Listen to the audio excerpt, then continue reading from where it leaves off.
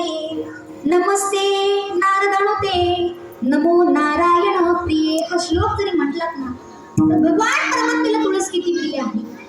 ज्या वेळेला सत्यभामेला गर्व झाला आणि हा गर्व नाहीसा करण्याकरिता नारदची नेहमी असायची.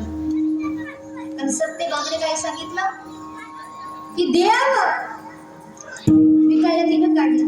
देवाला कोणी दान घेतं का, देवाला कोणी दान घेतं का, कुणीच देवाला दान घेतलं, देवाला म्हणजे कोणाला तर पतीला. मग नारदजीने सांगितलं की मलाच तू देवाला दान करून कृष्ण परमात्म्याला दान करून टाकलं. आता ही जी पती आहे ना ही बातमी जी आहे देवाच्या सगळ्या 16,107 जणी होत्या ना, 16,108 जणी आहेत. पण बाकीच्या सत्यभामेला सोडून 16,107 जणी त्यांना ही बातमी कळाली आणि त्या अशा भांडू लागल्या, इतक्या भांडू लागल्या. महिला मंडळांची भांडण कीर्तनात सांगायची गरज नाही पुरुषवर, बरोबर ना. म्हणजे तुझ्या एकटीचाच पती लागते का, आमचा कोणी लागत नाही का.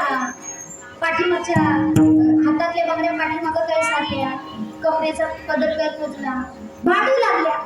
आता पुन्हा सत्यभामेला प्रश्न